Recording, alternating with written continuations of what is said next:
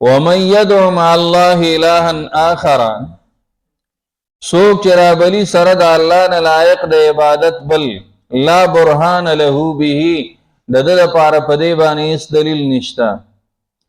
د الله تعالی نه علاوه یا د هغه سره بل څوک لایق د عبادت ګڼي او هغې ته آواز کوي په خپلو ضروریاتو کې نو لا برهان له د د لپاره په دې هیڅ دلیل نشته که دې څه دلایل وایي نو هغه به یې د ځان نه جوړ کړي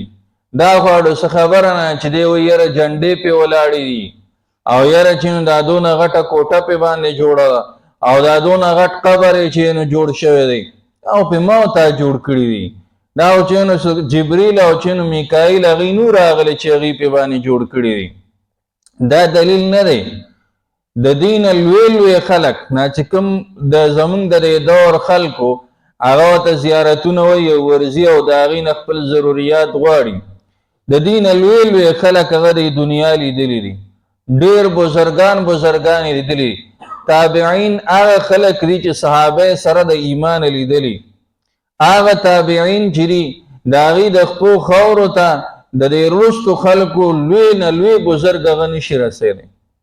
د هغې قبرونه چې وګورې ساده قبرونه اکثر چاته معلوم هم نه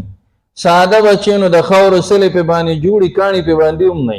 دا چې کم کرش مونږ اچو که نه دا پې باندې هم نه ساده سلي او چې ډېر زیات شي نو د بوسو لوی وله ورکړي بس دغه د هغې قبرونه دي نو ورته به څه چې هغه نیکان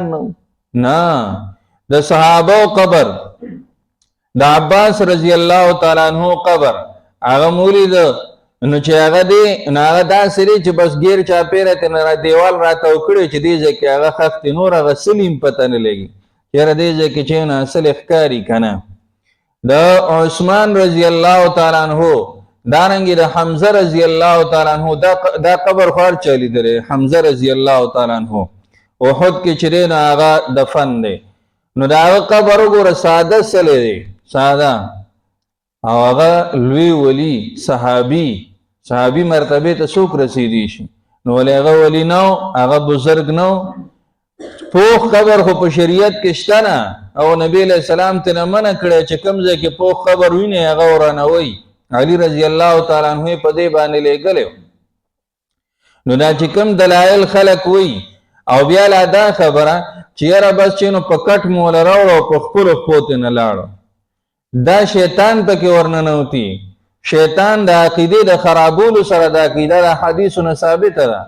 د عقیدې د خرابولو لپاره په خپه باندې به وله درد راولي و یاره خپه باندې درد دی او خپې خوږېږي او ګرځېدی نشي شیخ جی بابا لی راولي چې واپس ځي په خپلو خپو رواني عقیده پې باندې جوړه شي چې یاره دا خو دی ښه کول کوي که نه دا د عقیدې د خرابولو لپاره دا کارونه هغه کېږي نو دا خبرې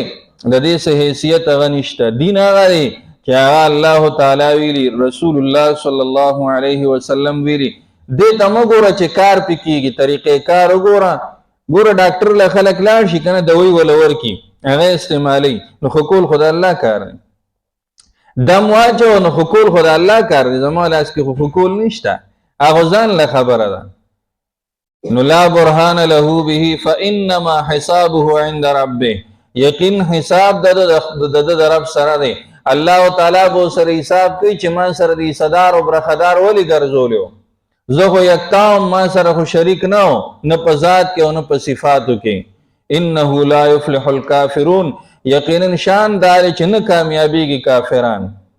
چې د الله سره حصهدار او برخدار ګرځوي دقه ته چې نو ووایي کافر وي دا کافر دی د ایمان نه وتلی دې د وجې نه دې څیزونو کې ډېر زیات احتیاط هغه پکار دی